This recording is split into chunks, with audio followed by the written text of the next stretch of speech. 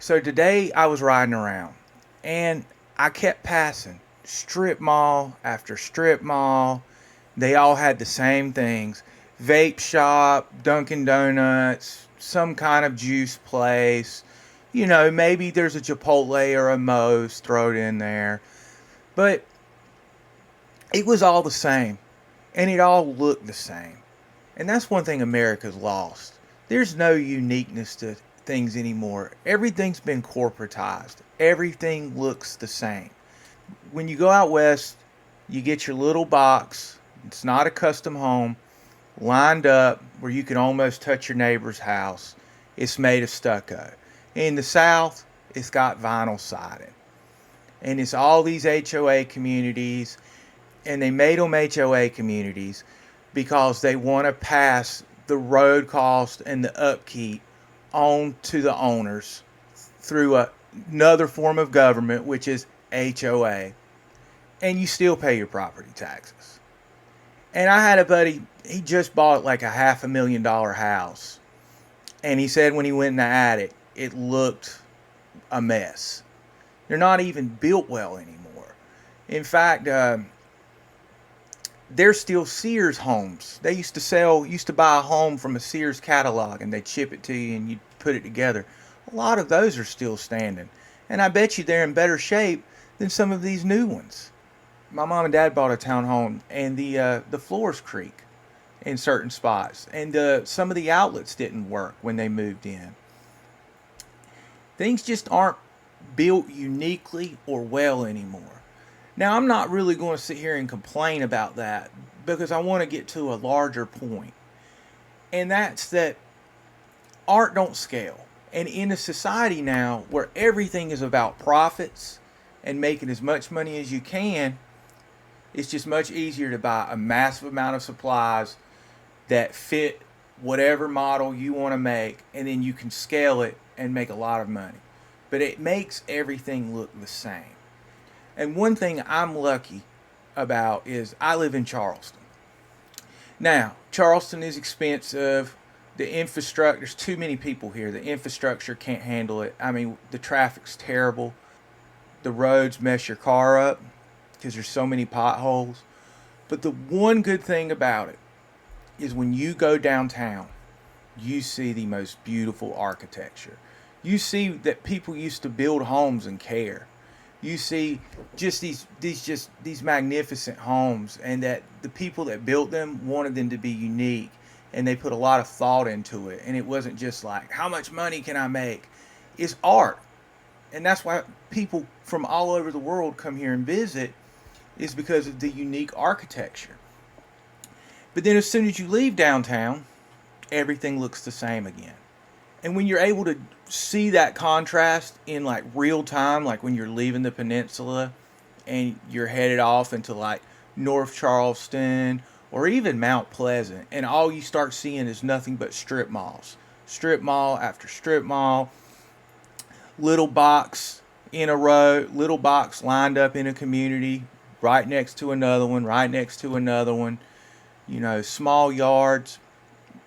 It makes you realize that art is dying.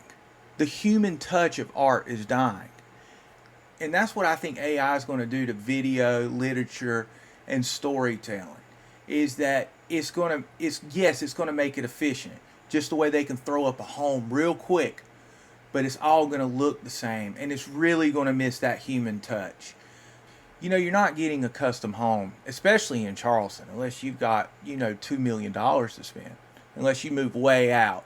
But you're probably going to spend $1 million to have your own custom home. Because even the HOA homes where everyone looks the same are selling for $600,000. They're just making everything look the same. And that's what I think AI is going to do with movies and writing and novels. It'll never be as good, but you won't really remember it because over time it'll wash it away. Because you'll grow up. It's like kids now, I know, they don't know what it's like not to have a cell phone. I got my first cell phone when I was in ninth grade. That's how old I am. And I remember what it was like not to have a cell phone. But when you don't remember what it's not like to have something, it's your norm. It's what you just truly believe is the way things are. And that's what America's going to come when we watch these crappy TV shows and we read these crappy books that people are just putting in prompts for AI, or when you live in this home that looks just like the neighbors and the neighbors next to them and the neighbors next to them, you just accept it. And what all this is missing is that human touch. AI or this corporatism where you build every strip mall to look the same or every house to look the same because it scales and you make maximum profits, or you're able to do 30 faceless YouTube videos in a week because you're scaling, because you're trying to scale and maximize your profits. That's fine, but it misses the human touch. It'll never be memorable. To make memorable things, they have to be unique. They have to be one of one. And that's why people who are out to make money don't care about art, unless they're buying it as a preserver of wealth, like an art piece. But they don't care. They don't care because art doesn't scale, because it has to be unique. And unique don't scale, because you can't do custom everything. And we as people don't realize that, because especially younger people, because all they really know is HOA communities where everything looks the same. All they know is a cell phone and a screen. You know, now with AI, I talked to a woman last Wednesday. She has a coworker that runs every decision she makes by AI. The AI has no feelings. There's no intuition. It's raw binary data. And humans are more complicated than that. And it's not just about, well, this makes logical sense or that makes logical sense. You got to listen to the heart too. There's an esoteric side to being alive. Everything's not empirical. It's not ones and zeros. Okay? There are other variables that go into this. And it just bothers me. It's late at night. I can't even sleep thinking about this. Just how we've all been numbed down to just not appreciating that human touch. That custom home, the custom homes that the architects used to draw up. I mean, even the Sears homes at least had multiple ones. When you ride down streets and you see Sears homes, they all look at least a little different. And when you ride through old neighborhoods, homes look different. When you ride through an HOA community, they look the same. And I think even with AI coming into things, is it going to work efficiently? Yes. Is it going to make you money? Absolutely. Because humans, we do enjoy slop. We do. I mean, there's so many bad TV shows. But is it going to be memorable? Is it going to be like a Marvel movie where like you watch it and then you might watch it again if it comes on TV? But it's not going to be something that people are going to be watching 50 years from now. It's not. You know, it's going to be just occupying a small piece of time. It's over and it's out. And it's because it lacks the human touch. And I also think it scales backwards. It's like to be an artist is like a full-time artist is probably the hardest career right now to have. I guess you could be a content creator. You could be a content creator. I don't even really know what that is. I guess you just make videos or entertaining things on your own. But to be a full-time artist is the hardest job. To be a painter or a writer, you know, even an actor. I mean, very, very hard to be those things. And what I've realized when I look into a lot of these people, not all, you always have people who beat the odds. But the overwhelming majority are people whose parents, they come from wealthy parents. They come from people who can afford to buy them time to establish a career. The average person who's having to work to make a living doesn't have the time of a day to pursue a second career as an artist. Now, you could say, well, you could make time, but if your job is stressful when you come home, it's really hard to sit down and do it's really hard to sit down and write a book. Some people can do it, some people can't. It's like pain tolerance. Some people have it and some don't. But if you look into a lot of these musicians, Hollywood writers, a lot of actors, they come from well-to-do families, and they were able to say, "Mom, I want to be a musician, or I want to be an actor, or and they're able, and their parents, because their parents have the money, are able to fund these careers and give them time and give them the resources to do it. And that's why being an artist has almost became like an elitist thing if you're able to do it full time, because you probably came from an elite family. And if you didn't, you got really lucky and you probably suffered a lot and you had to persevere. Some mix of those variables to make it work.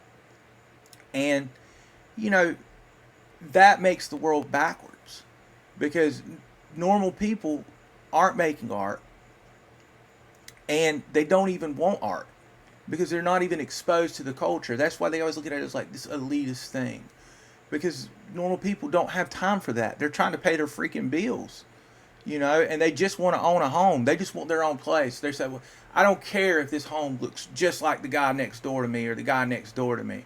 I want my own home. So yes, I'm going to pay you $450,000 for a home that looks just like this home, because I just want my own space. I don't give a damn what it looks like. And it's the same way of, I want my Jumbo Juice. I want my Dunkin' Donuts. I don't care that all of the buildings look the same, as long as it's functional. Functional. That's all that matters. And I don't see the world that way. And I wish I did.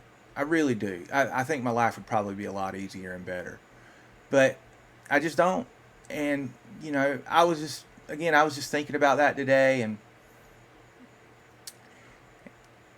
I hope the world comes around and we start to appreciate people more, and we all start to, like I said, humans were made to create, and they've just made it so hard to just have a normal life now. Like you can't just go to work and have a regular job. You can't just be like a car mechanic and live in Charleston.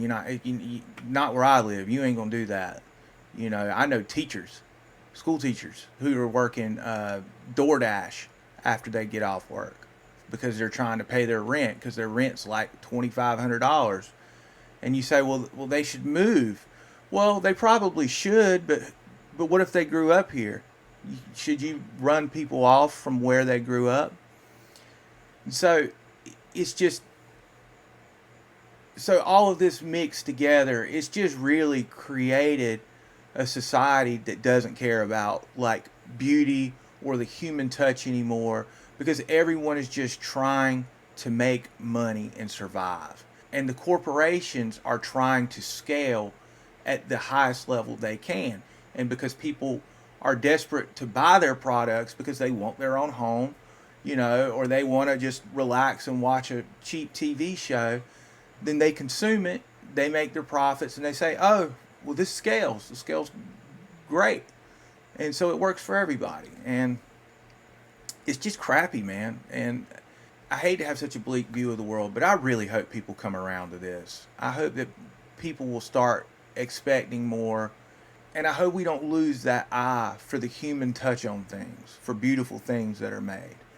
And that, we're not just all consumed by just slop and scaling, and we're really thinking about like the time and effort and the uniqueness of things, and like just that human quality that AI is going to try to suck out of us, just like the building companies, the builders did with their commercial strip malls and with their HOA homes. Just strip the expectation of anything being beautiful, of anything having real craftsmanship, of anything that has that human touch. And I think that's really missing in the world, and why America is so individualized now, because there's nothing that brings us together. They've made us all the same, competing to survive. And I sincerely hope that changes, but I don't predict the future, so we'll see.